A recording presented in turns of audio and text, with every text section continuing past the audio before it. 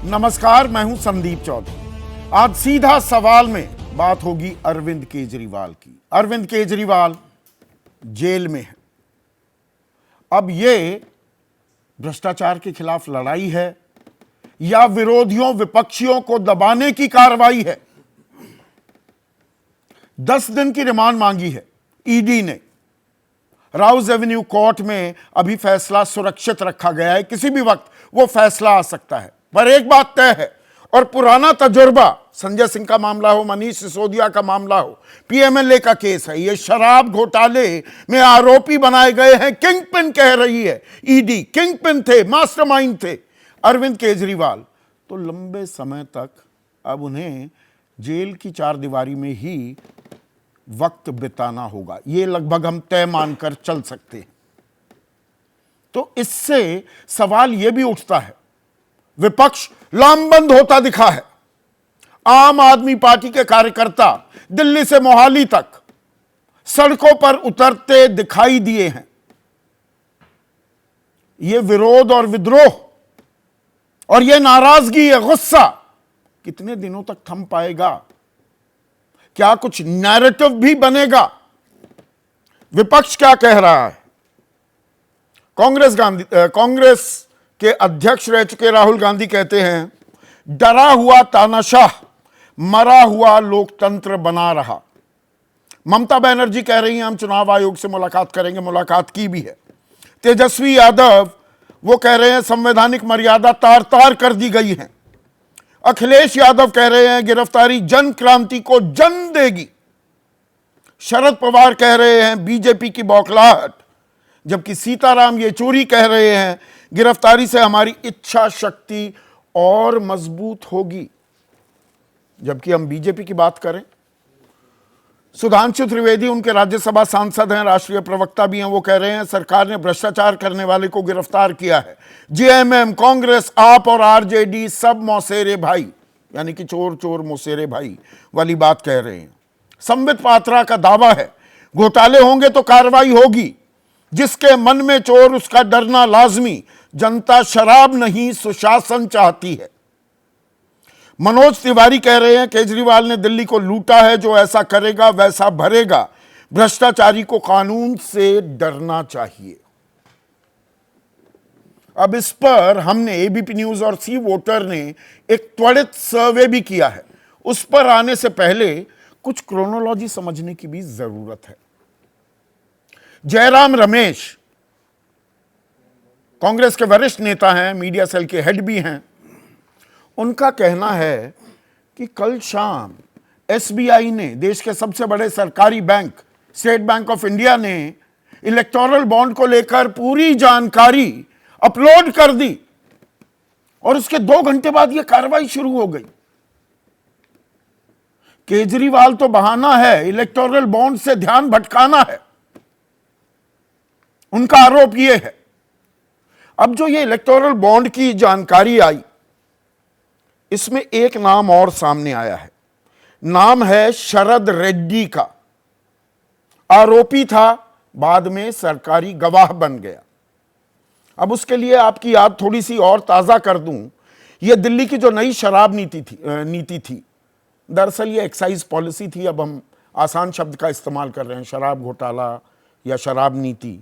17 नवंबर 2021 को यह लागू की गई और 22 जुलाई 2022, लगभग 10 महीने बाद सीबीआई जांच की सिफारिश की गई और केस दर्ज किया गया 17 अगस्त 2022। आरोप 100 करोड़ रुपए का लेन देन, जो बढ़कर अब 338 करोड़ के लेन देन पर आ टिका है। यह ईडी का आरोप है।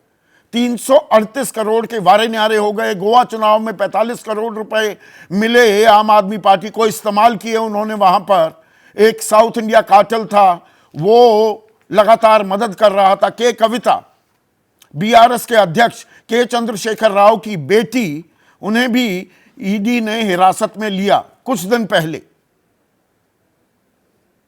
तो अब इसमें शरद रेड्डी जो हैं, इनके बारे में थोड़ी दिलचस्प जानकारी सामने आई है। इलेक्टोरल बॉन्ड इसकी तस्दीक करते हैं। 11 नवंबर 2022 को ईडी ने, लगभग 1.5 साल पहले की बात है, शरद रेड्डी को गिरफ्तार किया और 15 नवंबर को 5 करोड़ के इलेक्टोरल बॉन्ड खरीदे। किसने? औरोबिंदो फार्मा ने। यह कौन सी कंपनी है? जिस कंपनी में शरद रेड्डी डायरेक्टर, निदेशक थे। और 21 नवंबर को उसी साल 2022 में बीजेपी ने यह भुना भी लिए, रिडीम करने होते हैं ना बॉन्ड। और जून 2023 में सरकारी गवाह बन गया शरद रेड्डी।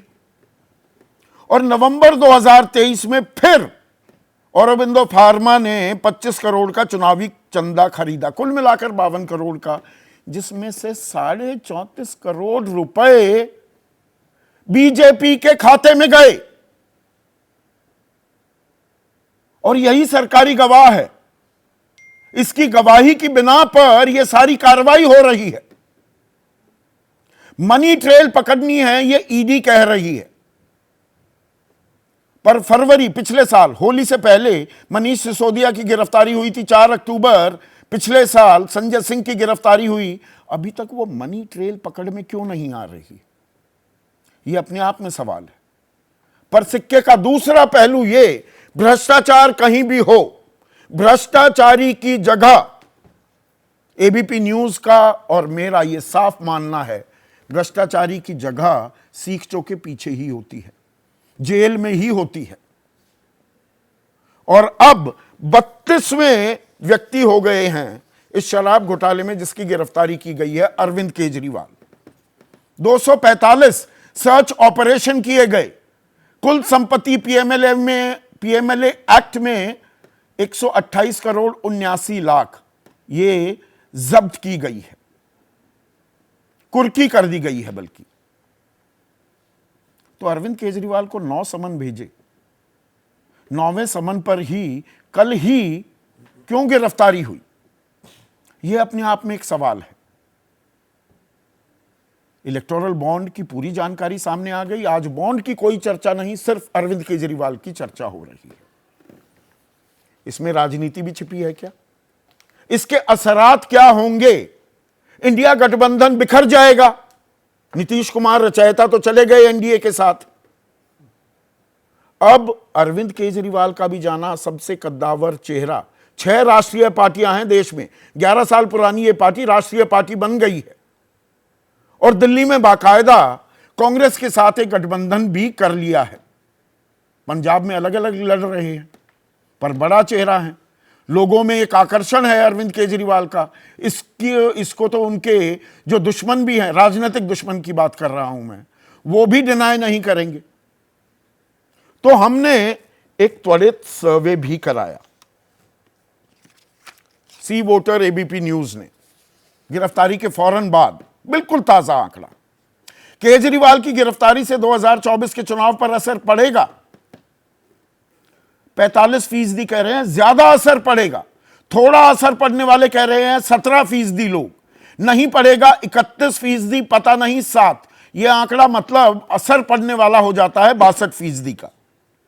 क्या केजरीवाल की गिरफ्तारी से बीजेपी के भ्रष्टाचार विरोधी अभियान को फायदा होगा?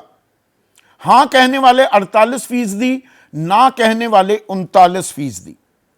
क्या केजरीवाल की गिरफ्तारी के बाद आपको सहानुभूति वोट मिल सकते हैं? 52% कह रहे हैं कि हां मिल सकते हैं। विपक्ष को खत्म करने के आरोपों से बीजेपी के वोट बैंक पर क्या असर पड़ेगा? 30% कह रहे हैं बढ़ेगा। घटने वाले हैं वो कह रहे हैं 44%। फिर अगला सवाल, क्या केजरीवाल पर एक्शन विपक्ष को चुनाव में एकजुट कर पाएगा? हां कहने वाले 48%, ना कहने वाले 36%।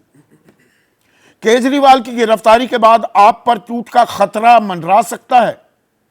32% कह रहे हैं हां बहुत ज्यादा खतरा है। थोड़ा कहने वाले 28, तो 50% लोग ये बात कह रहे हैं। आम आदमी पार्टी में सबसे बड़ा चेहरा, या मैं ओनली चेहरा कहूं, वो अरविंद केजरीवाल का है। और अरविंद केजरीवाल गायब हो जाते हैं तो सरकार कैसे चलेगी? जेल से सरकार चलाने पर कोई ऐसी रोक नहीं है, पर चलेगी कैसे? जेल में तो आप अपने रिश्तेदारों, दोस्तों, यारों या अपने सहयोगियों से हफ्ते में 2 बार मिल सकते हैं, कैबिनेट की बैठक होंगी, वो कैसे करेंगे? तो ये बड़ा मुश्किल, मैं नामुमकिन शब्द नहीं इस्तेमाल कर रहा हूं, पर बहुत मुश्किल लगता है कि जेल से सरकार चल जाएगी। तो फिर कोई और मुख्यमंत्री बनेगा क्या?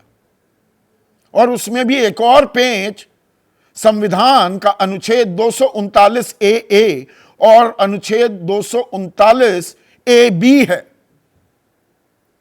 दिल्ली एक विचित्र जगह है, बहुत से अधिकार अख्तियार उपराज्यपाल के पास हैं। उपराज्यपाल 239 ए को सस्पेंड कर दे और ए बी का इस्तेमाल करके क्या सरकार को भी बेदखल कर सकता है सत्ता से, कि भाई ये सरकार ऐसे चल नहीं पाएगी? तो सरकार ही गिर सकती है क्या? सरकार का कार्यकाल फरवरी 2025 तक है। ये ऐसे सवाल हैं जिनके जवाब आने वाला वक्त तो देगा, लेकिन सबसे अहम सवाल ये, क्या बीजेपी ने ये जोखिम ले लिया है? बीजेपी तो कहेगी हमने थोड़ा किया, केंद्रीय एजेंसियों ने किया है जो कुछ है और अदालत फैसला कर लेगी। लेकिन आम आदमी, ये पब्लिक है, ये सब जानती है। तो ये रिस्क लिया है, रिस्क से फायदा होगा, इंडिया और बिखर जाएगा या इंडिया को मजबूती मिल जाएगी? ये एक्लीज हील भी हो सकती है, ये गलत दांव भी चल दिया है क्या बीजेपी ने? इसी पर आज चर्चा करने वाला हूं। ऐसे में आज का सीधा सवाल, केजरीवाल की गिरफ्तारी, विपक्षी एकजुटता पड़ेगी भारी? और केजरीवाल गए जेल, आप में होगा खेल। जैसे ही घड़ी का काटा दोपहर 2:30 पे आए, बबीता जी का दिल सास बहू साजिश के लिए मचल जाए। और ये है इनकी बहू, पूरे दिन ऑफिस की टेंशन हो जाए गॉन जब ये करें अपना फेवरेट शो फ्री टाइम पे ऑन। इनकी तरह आप भी देखिए अपना फेवरेट शो अपने टाइम पर और डाउनलोड कीजिए एबीपी लाइव ऐप अपने स्मार्ट टीवी पर।